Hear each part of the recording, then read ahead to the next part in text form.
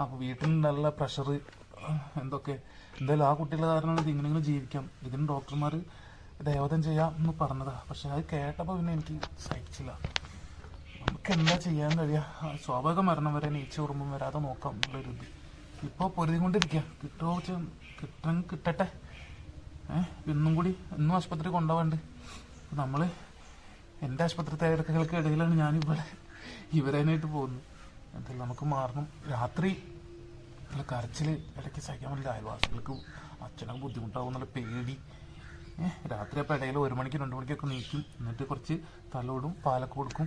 അപ്പോൾ ആളങ്ങനെ കിടക്കും. മുത്തേ കുടിച്ചോ കുടിച്ചോ കുടിച്ചോ കുടിച്ചോ കുടിച്ചോ കുടിച്ചോ കുടിച്ചോ